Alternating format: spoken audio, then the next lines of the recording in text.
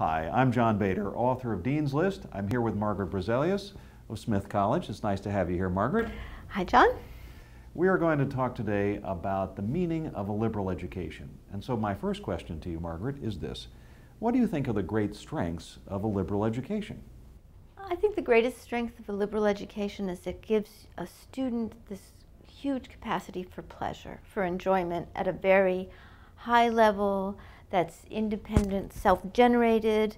It's not something where you have to go to the movies or you have to turn on your computer, but you have inner resources that you've been trained to have that just are endlessly interesting. You live in a richer world, a more informed world, a world that you control more.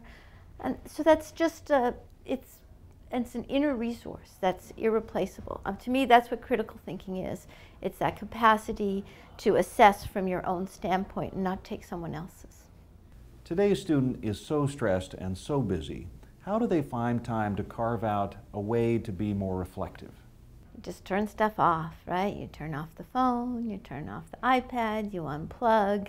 It's possible to do that. I think, the amount of time that people spend communicating trivialities to each other is astonishing. I have no problem with triviality. I think it's great, but I think that you don't have to know everything right away. You can make quiet time.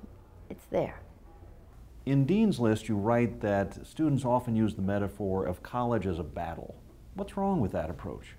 When you think of your life as a battle, then you're always thinking about winning and losing. And that's really not a productive way to think about your education as either they win or I win.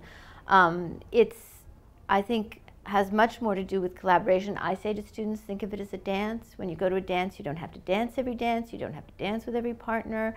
But it should, again, be about pleasure. I think that's so important. And it shouldn't be about winning and losing. What do you like about this time of life, the college years? What's so attractive about it?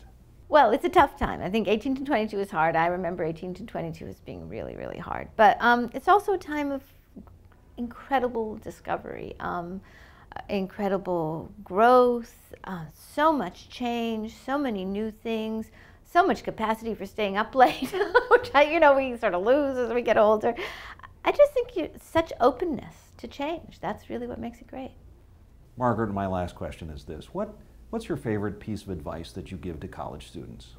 Get some sleep. Aside from getting some sleep, I think precisely this issue of language, right? You've got to watch how you describe yourself and to others, and to realize that, for example, to go back to the battle thing, if you think of college as a battle, that's what it's going to be for you. If you think of it as a dance, that's what it's going to be for you. Metaphors have consequences, and it's not a purely mechanical thing. It has an effect both on those you speak to and on yourself. So watch your language. Well, Margaret, I want to thank you for coming to talk with me about the meaning of a liberal education. Thank you.